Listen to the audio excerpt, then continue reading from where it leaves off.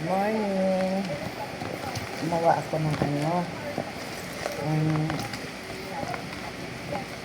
burong kamyas to. Nakumos ko na siya. Dahil tinusok-tusukan ko na siya ng tinidor kanina. Tapos lagyan ng asin. Tapos, ito lang lamasin mo siya. Ayan. Lamas mo na. Siguro mga 5 minutes lang na paglamas para pumasok yung asin sa loob. Ayun. Ang gagawin ko dito, ilalagay ko sa isang container.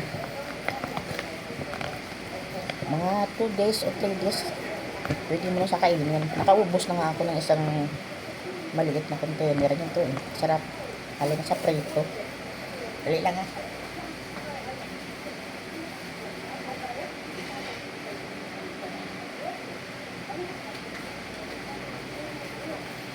Ayan, dito ko sa ilalagay.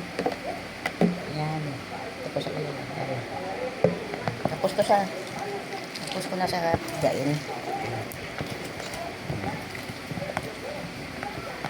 Tapos inuhulog ko na lang sa dito kasi malabo.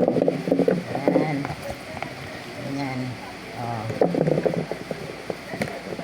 Pangalawang gawa ko na ito. Namunga na yung aking kamyas eh.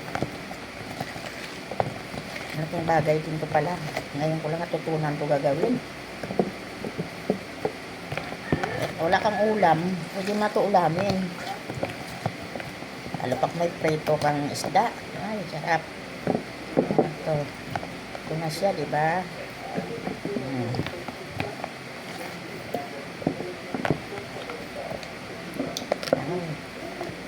Matuto na tayo ngayon maggawa ng mga ano-ano dahil sa hirap ng buhay at saka ang mahal ng ulam. Tapos itong pinagpigaan ko, may asin po siya, bubuhos natin dito. Ayan.